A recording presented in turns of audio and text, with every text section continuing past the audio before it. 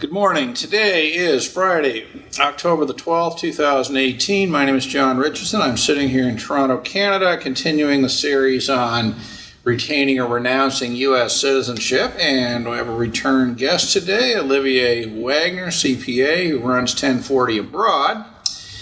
And today we are going to talk very, very specifically about the problems of renouncing if you are a covered expatriate. What that means, and what it means, of course, is that you may potentially be subject to the exit tax rules. So those are the items on the agenda for today. So, Olivier, thank you very much for returning yet again. That couch must be starting to feel like your couch. I love it, yes. Thank you for having me. Comfortable couch? Yes, very much so, yeah. Okay, glad to hear it. We've done a very large number of, renunciations over the years. I think that it's very, very likely that interest in this is going to pick up very, very significantly over the next while. Would you agree? Well, it has been picking up ever since I started in 2012. It's,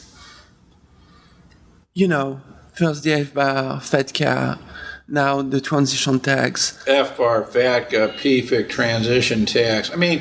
I've come to see it as a regulatory regime where the whole is just so much greater than the sum of the parts. PFIC is less of an issue. As your previous guest mentioned, tax preparer have been taking the position that mutual funds are PFICs, but the IRS has not issued an opinion either way.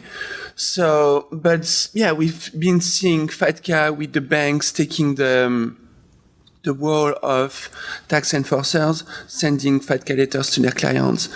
Actually, back in the days, it was the Swiss banks who were being sued by the Department of Justice, which were the forefront of sending letters to their clients.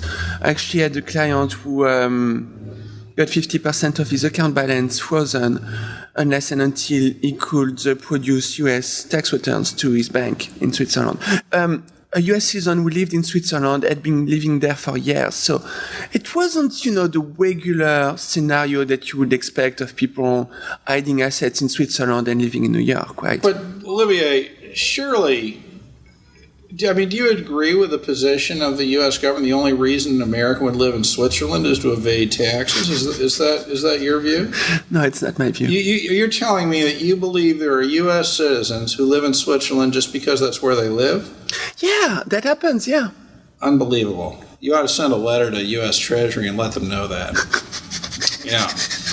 Well, yeah, I think it's pretty clear that the people in Switzerland have been, probably hit the hardest. Oh, yes. With this whole problem. But now I'm going to ask you a question. You don't have to answer. I really do not want to put you on the spot, but I'm going to ask you this question anyway. You can just decline if you want, but I would be interested in your views on this. I just did a session with Karen Alpert a minute ago, which you saw.